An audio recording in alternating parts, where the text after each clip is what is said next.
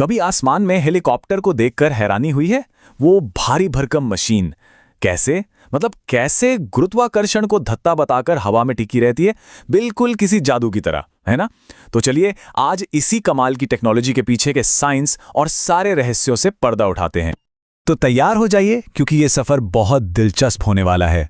हम सबसे पहले बात करेंगे उस जादू की जो हमें आसमान में दिखता है, फिर समझेंगे ब्लेड्स के पीछे की फिजिक्स, उसके बाद कंट्रोल का सीक्रेट जानेंगे, देखेंगे कि ये मशीनें असल में कहाँ काम आती हैं, और आखिर में कुछ मजेदार फैक्ट्स के साथ इसे खत्म करेंगे। तो चलिए शुरू करते हैं अपने पहले हिस्से से, हवा में जादू। सच में ये किसी जादू जैसा ही तो लगता है ना? मतलब कोई चीज बिना पंखों के उड़ रही है और वो भी बिना किसी रनवे के, सीधे ऊपर। ये नजारा वाकई में हैरान कर देता है। ये सिर्फ उड़ने की बात नहीं है, ये तो हवा में एक ही जगह पर मंडराने की बात है, बिल्कुल स्थिर, जैसे किसी अनदेखे धागे ने उसे हवा में टांग रखा हो। सवाल यह है कि इतनी भारी मशीन आखिर ये करती कैसे है, ये मुमकिन कैसे है? और यहीं पर हेलीकॉप्टर का असली कमाल समझ में आता है। सोचिए, एक हवाई जहाज को दौड़ने के लिए एक लंबा रनवे चाहिए, लेकिन एक हेलीकॉप्टर, अरे वो तो किसी बिल्डिंग की छत से, पहाड़ की चोटी से या फिर घने जंगल के बीच से भी, कहीं से भी सीधा ऊपर उठ सकता है। लेकिन देखिए, हर जादू के पीछे कोई ना कोई ट्रिक होती है, और हेलीकॉप्टर के मामले में ये ट्रिक है प्योर सिंपल फिजिक्स। तो चलिए अब इस जादू के पीछे की साइंस को समझते हैं, देखते हैं कि ये कमाल आखिर होता कैसे है। तो उड़ान का सारा राज इन बड़े बड़े घूमते हुए ब्लेड्स में छिपा है। इन्हें कहते हैं मेन रोटर, और सच कहूं तो ये हेलीकॉप्टर का दिल और आत्मा है। इन्हीं की वजह से वो जमीन छोड़ पाता है। तो यहां पर जो मेन कॉन्सेप्ट है वो है लिफ्ट फोर्स। इसे ऐसे समझिए, जैसे स्विमिंग पूल में हम पानी को अपने हाथों से नीचे ढकेलते हैं तो हमारा शरीर ऊपर उठता है ना? हेलीकॉप्टर भी हवा के साथ बिल्कुल यही करता है।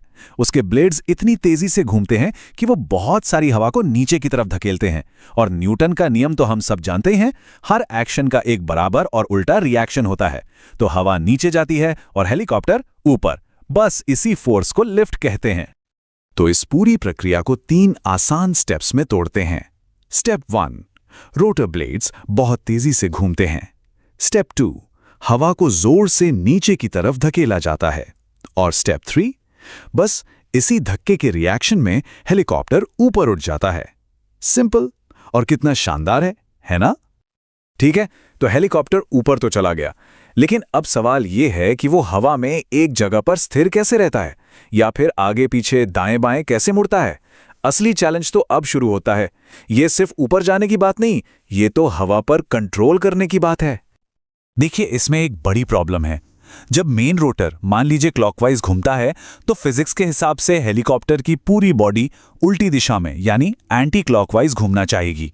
इस घूमने वाले फोर्स को कहते हैं टॉर्क, और अगर इस टॉर्क को नहीं रोका गया तो पायलट और हेलीकॉप्टर बस गोल गोल घूमते ही रह जाएंगे। और इस गोल गोल घूमने वाली प्रॉब्लम का सलूशन छिपा है हेलीकॉप्टर की पूंछ में। जी हां, ये जो पीछे छोटा सा पंखा लगा होता है ना, जिसे टेल रोटर कहते हैं, ये एक गुमनाम हीरो की तरह है जो पूरे शो को स्टेबल रखता है। तो ये टेल रोटर एक नाव की पतवार की तरह काम करता है। इसका पहला और सबसे जरूरी काम है मेन रोटर के उस टॉर्क को काउंटर करना, ताकि हेलीकॉप्टर सीधा रहे, घूमे नहीं। और दूसरा काम है डायरेक्शन देना। पायलट इसकी स्पीड को कम ज्यादा करके हेलीकॉप्टर की नाक को दाएं या बाएं मोड़ सकता है, बिल्कुल वैसे ही जैसे पतवार से नाव को मोड़ा जाता है। तो ये बैलेंस भी देता है और डायरेक्शन भी। तो पायलट इन सब चीजों को कंट्रोल कैसे करता है? ये एक तरह का कॉम्प्लेक्स डांस है, जिसके लिए 3 मेन कंट्रोल्स होते हैं। एक होता है कलेक्टिव लीवर, जिससे हेलीकॉप्टर ऊपर नीचे जाता है। दूसरा है साइक्लिक स्टिक, जो हेलीकॉप्टर को आगे पीछे दाएं या बाएं झुकाता है। और तीसरा, पैरों के पास होते हैं रडर पेडल्स, जो टेल रोटर को कंट्रोल करके डायरेक्शन बदलते हैं। तो अब जब हम इसके पीछे की साइंस समझ गए हैं, तो चलिए ये देखते हैं कि ये कमाल की मशीन असल दुनिया में हमारे कितने काम आती है, ये इंसानियत की सेवा कैसे कर रही है।